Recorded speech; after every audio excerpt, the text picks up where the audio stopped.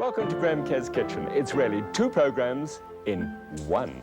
This is a series that appeals to your creative side, food that is sumptuous stuff. How could that be? This is a program about people who want to eat healthy and reduce calories. Actually, it's about food with an aromatic quality that fills the nose. Oh, sure, but it's also about keeping my arteries clean by reducing fat. But it doesn't mean a thing if the food isn't rich and colorful. Maximize the flavor. Okay, but I must have healthy food that I can cook in minutes. I must minimize the risk. So welcome to Graham Kerr's Kitchen, where we get our heads together just for you.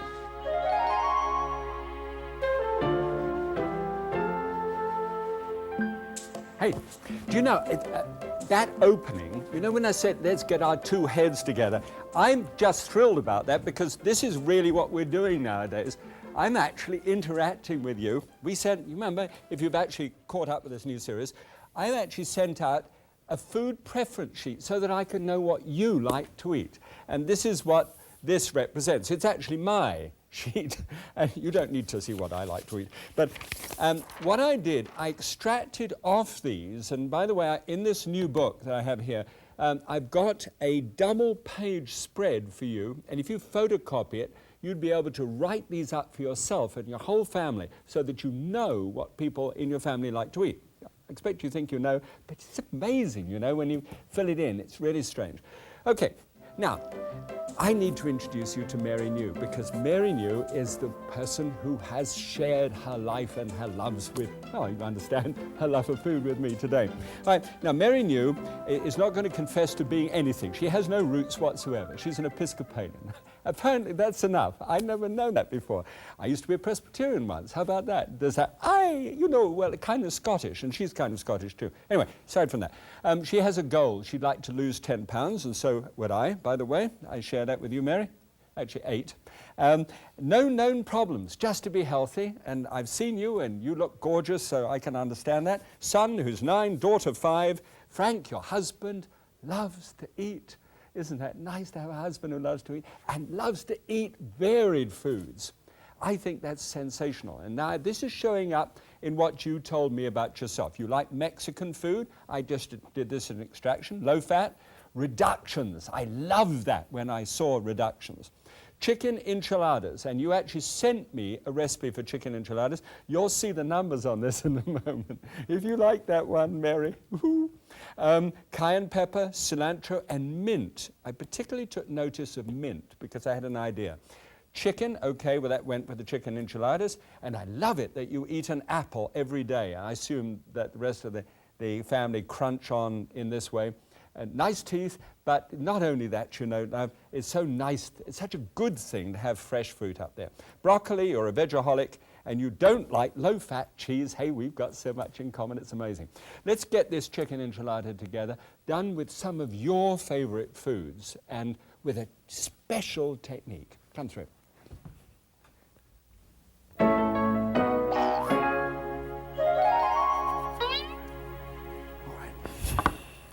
Now, this is where we just take a technique, one of those little springboard techniques that we've been sharing over the years together. And this one is called reduction. That's why I was so thrilled with Mary's idea with reduction. And I wanted a way to be able to explain it to you. And so I'm going to show you, this is very intimate. This is toilet water, and this is perfume, all right? Now, the intimacy is this, because it's about Trina, and I don't normally talk about her like this. This is how Trina gets ready to go out. And she just drifts through this. I mean, seriously. I look at it, and the stuff that I buy her is not. Can't you do it any other? Can't you spray it straight on? You said, no, I love to do it that way. So she walks through it. Well, half an hour later, and I'm sniffing her, which is not the sort of thing one normally does in public. But there's nothing. I can't smell anything on her at all. But then, of course, then there's the perfume, which I don't buy very often. I've already admitted to being Scottish. I'm not going to do this, just in case I go out for my lunch break. But you just apparently dab this behind your ear, and it stays on for hours. Now, do you get the point? When I make chicken stock, now I don't put that on as anti-show. That's a nice idea, actually. Boy, I could do with that. got a chicken stock here, and what I do sometimes when I'm in a hurry, and I haven't got the chicken stock made, I get a can of it, and I put seasonings in, black peppercorns and cloves and thyme and bay leaf and parsley, and just simmer that up. Now, whilst it's simmering, it's also reducing, which means that rather like the perfume, it's becoming more concentrated in flavors. And so I usually mark one of my spurtles up here, and I mark this when I put this in just now. And that's been simmering away, and it's now come down to about that level there. That's a 50% reduction, all right? So it's just dropped halfway. But you can take it even further. And I know what you're going to say. Isn't that a waste, you say? Not really, because when you bring it right down to here, you've now got a 75% reduction. It's come right down. Now, what would I do with that? You can actually use it to fry with instead of using oil, all right? Now, there's a heated pan there. Just pour a little of that into the pan, drop some mushrooms onto the top of it, and with mushrooms, and this is a little, like a little recipe here, just a little drop of fresh lemon juice over the top there, and a touch of cayenne pepper, the old Creole torpedo, all right? Now, if you do that and just toss that together in the pan, just like that, what it looks like, can you see how glistening that looks? It's almost as if it's oil, but it really isn't. There's no oil in there at all.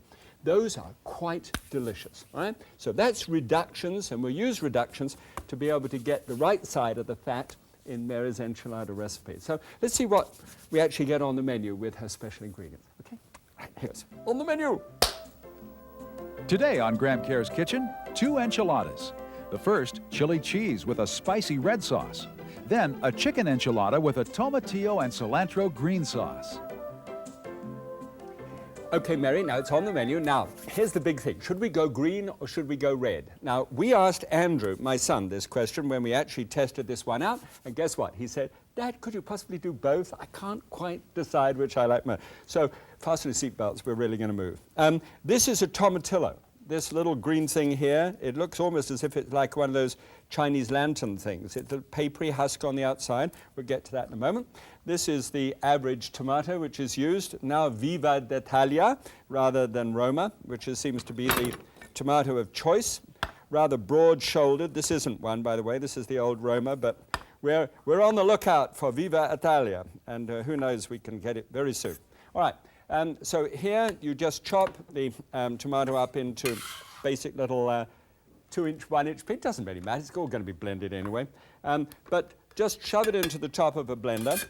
And then a few things go in with that as well. First of all, and I never throw in a whole jalapeno and just say, oh, well, you know, the blender will take care of it. I don't know that that's true. By the time you've actually whizzed it around, you can have large pieces of this very hot chili, well, moderately hot chili, actually running around in the side, and that's not such a good idea. So just put that to one side. That is one good fat jalapeno. And then here, just 1 clove of garlic with this one.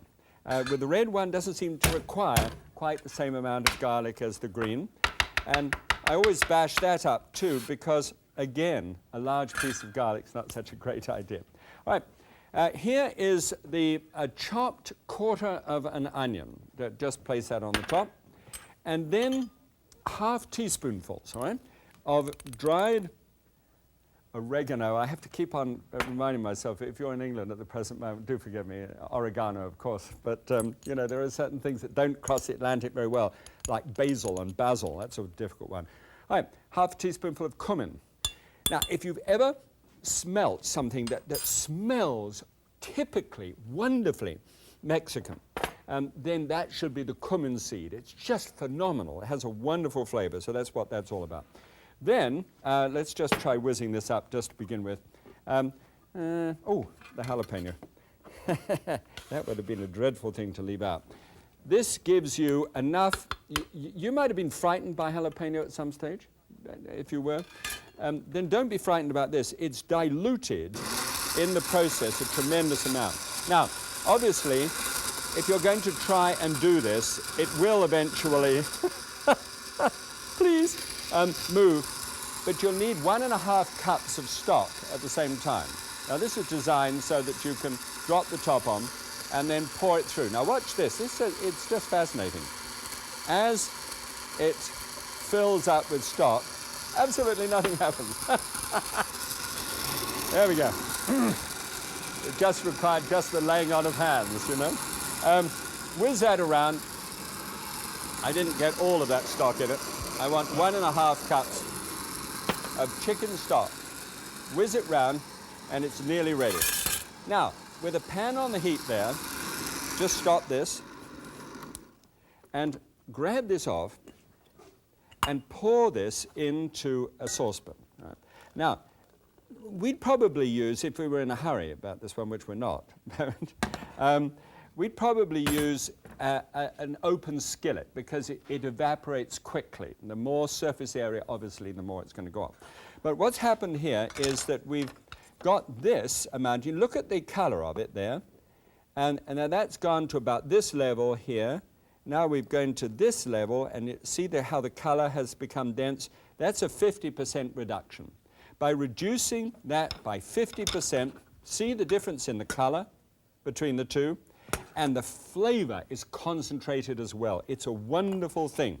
And by reducing that in that way, you can actually do away with one of the biggest problems. And by the way, and the biggest problem is that when you make a good enchilada sauce, you always pour it down on oil. Now, when you oil a thing, and you oil it considerably, you increase its fat content. That's obvious. Well, this is one of these, Lord, it doesn't want to come off. These have nice dry husks, and they really come off very easily, except the sticky ones. Fine. Good. And then you pop that down with, just run it under a tap. It's so easy. And drop that down with the rest of them in the pan there. We've got a pound of those and a pound of the tomatoes before, by the way. And we've got those on the heat, and we're going to simmer those to begin with. I am, going to simmer those for just 10 minutes, all right? End of 10 minutes, this is what happens. You pick it up. It looks like a gooseberry, I suppose. Do you know what a gooseberry is? It's the third person on a date, aside from that. Here, just take this, which is like you know, when you're darning socks, if you're old enough to have ever darned a sock instead of throwing them away. This, you know, the sock goes down and you, wait a minute. This is not one of those. This is specially designed to be able to press food like this through a sieve and get a puree on the other side. Now that's what it looks like, a lovely puree of the tomatillo. Right. Now, I didn't need to wash that because it's basically the same kind of mixture. So just drop that into the top. That's your puree instead of the tomato. All right, this is the green sauce. And then to help this to be able to get greener, I've got here another one of those jalapenos and a tablespoonful of cilantro. And cilantro is another one of those flavors which is phenomenal and really Mexican in style. With that then, 2 cloves of garlic, and look how fat they are. This one is really going to say hi to you. Little quick chop through. Doesn't that work nicely? I'm so thrilled with that. And pop that in, and then, what else have I got? Half an onion. Notice how much more robust this is than the tomato. And 1.5 cups full of the stock, like before. Gives you a little less, but at the same time, just, you know, basically the same kind of concept, all right? So this one's going to go green in a moment, just as it whizzes round, obviously with the cilantro in it. And that's going to get reduced in exactly the same way, all right? Let's just, come on. Now, when we talk about green, I don't want you to worry about it being bright green, you know, as it would be if you had spinach in it or anything else like that. It's going to be a lovely pale green color, all right? And that one is poured in exactly the same as the other one. Look at it. I mean, it's just fabulous. Just run it for about 2 or 3 minutes, and it will really come down beautifully. All right, pop that away. Clear the decks. And reduce that as well, just like the other one. So these two have reduced, and look at the color differential when you get down. See the difference in that pale? That really concentrates when the color comes down. Flavor and color is just terrific. All right, now, just let's pop this onto the top and just get something ready to go. 1/4 cup of low-fat cottage cheese. Now, this is where Mary ran into a little bit of trouble because, and this one is very stiff, thick, strained yogurt.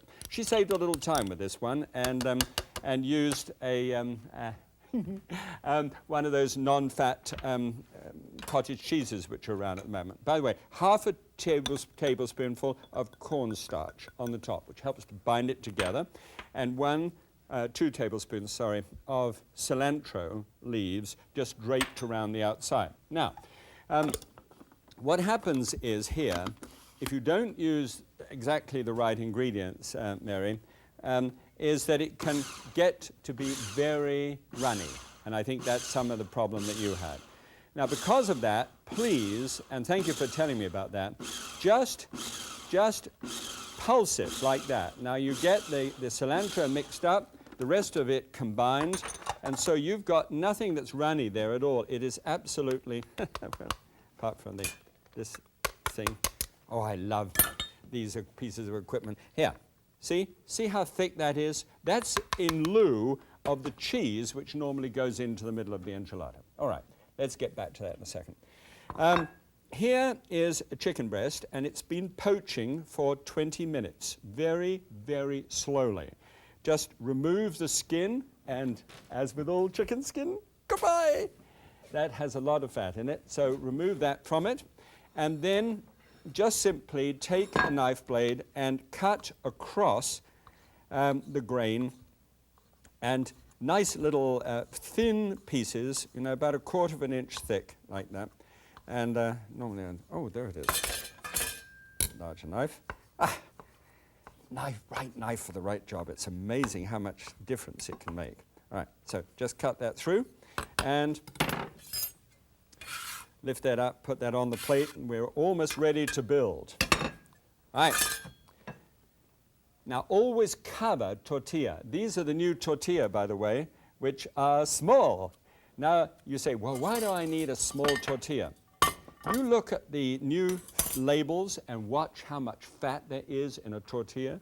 You'll understand that if you actually drop down to this level, in the size of them, you're going to be saving yourself a considerable amount of fat over the whole dish. Tablespoonful of the cheese mix on the top, a little bit of onion on the top of that, so you just sprinkle the onion on the top. That gives a crunchiness to it. This is an Anaheim chili, and it's a canned one, and I just sliced that up. It's all ready to go, and it's so easy to be able to do rather than have to, you know, do all the fiddle. I'm sounding as if I'm one of those convenience fellows and hardly ever been thought of as a convenient cook. All right, so that's all put down there, and then the whole thing is just rolled up until it's fat and plump and full. All right, now, then get, oh, these are not quite so fat and plump and full. Oh, Jenny. Look, Jenny helps me with preparing these things. There's Jenny's, which are not plump and fat and full, but mine's kind of plumper, fat and fuller than yours, Jenny. So we just put those, leave them on one side. Don't make them look like a bunch of sardines, all right? What you do then is you simply cover these with the sauce, with that tomato sauce. Save a little bit afterwards, you know, to go on afterwards. And then some of the green sauce on the other side. Just coat them like that. Then take some of this Monterey Dry Jack with a little bit of fat in, Mary, but not the fat-free stuff, because otherwise you might just as well melt the package on the outside. It kind of has a plastic feel to it. Trina gets on all right with it, but God, oh, really.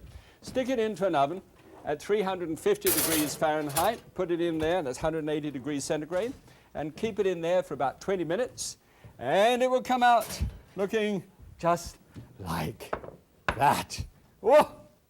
And now, I mean, you really don't need to go to the whole level of doing the two colors, and that's only because of Andrew. But, oh, it is such a nice presentation, huh? When you just lift it off like that and slip it down onto the plate. The other one lifts off and slips down. Put them side by side, nestling together. Oh, nice.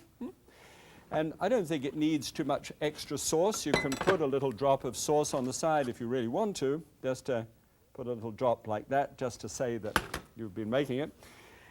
And then jicama, which, by the way, looks like this. All right? That's a jicama. That's a small jicama. And what I do is put jicama and carrot together with some jalapeno and mint and fresh lime juice on the top of it. A little grated lime zest on the outside of that. The recipe is all in the book for you. Okay, right. Let's let's grab it with a towel and go through and see how it eats. That's important. Come on. Okay, now, Mary's the classic here.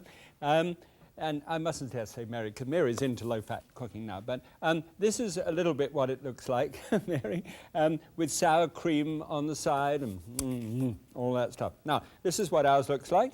And so let's have a look, see what they look like in real numbers. All right. 1,019 was yours, Mary's, if you're interested. 412. So we've cut about 600 out. And that's largely from fat, because that was 57 grams down to 10 grams of fat now. Saturated fat was 32, which is really about 3 days worth of saturated fat. That's down to only 3. Calories from fat was 51%, now 21%. So it's good for prevention-mindedness, this one. Cholesterol, 207, down to 40. Sodium, whoopee, look at that one. 389 now. And 58 in terms of carbohydrates. So, pretty good numbers. Now, of the two, you know, I honestly can't tell you which I prefer, but cilantro is just the most gorgeous thing. And that jalapeno is tingling through there. And that salad with the jalapeno and the lime and the mint, that's what, Mary, that's what you gave me. Mint and jicama together, just mingled together, was just a neat idea. So, okay, the big thing to do always at home is this. Write out your food preferences, get to know what you love to eat, drain off a little of the fat by whatever means, and put in the foods that you love by whatever means. And that's called springboarding.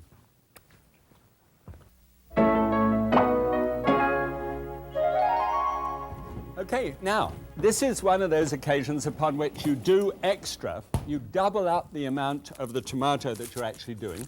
And you put this into a bag and you make it nice and thin like that so that you can store it easily.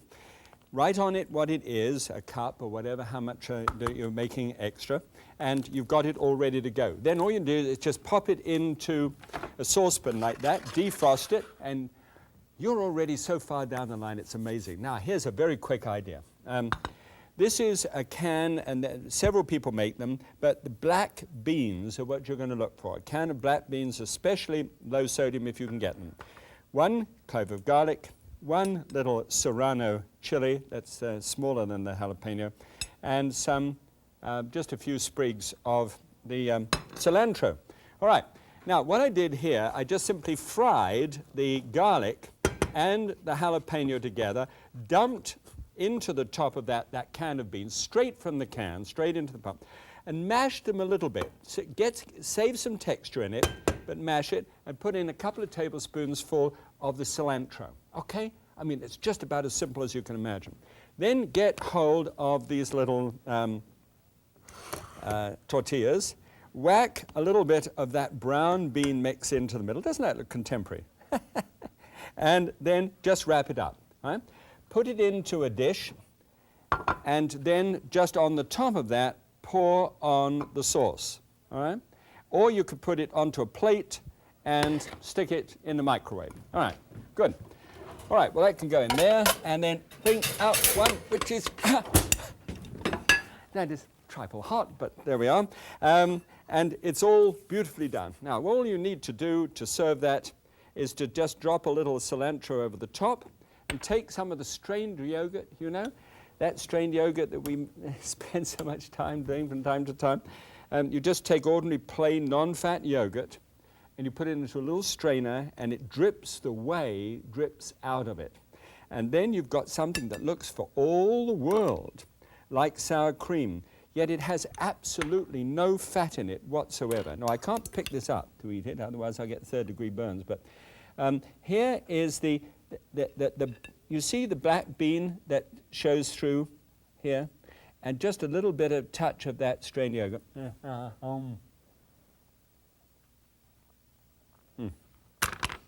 Imagine. And all you have to do when you're doing a dish like this, and it's a little bit of fiddle to be done with a sauce, do twice the amount of sauce, put it away, and you already got a head start. How about that? God bless. Okay, well, Mary, Frank, and I'm so sorry I don't know your names, young man and young woman. But hey, if you're anything like your dad, eat varied food, and you'll always be well. God bless.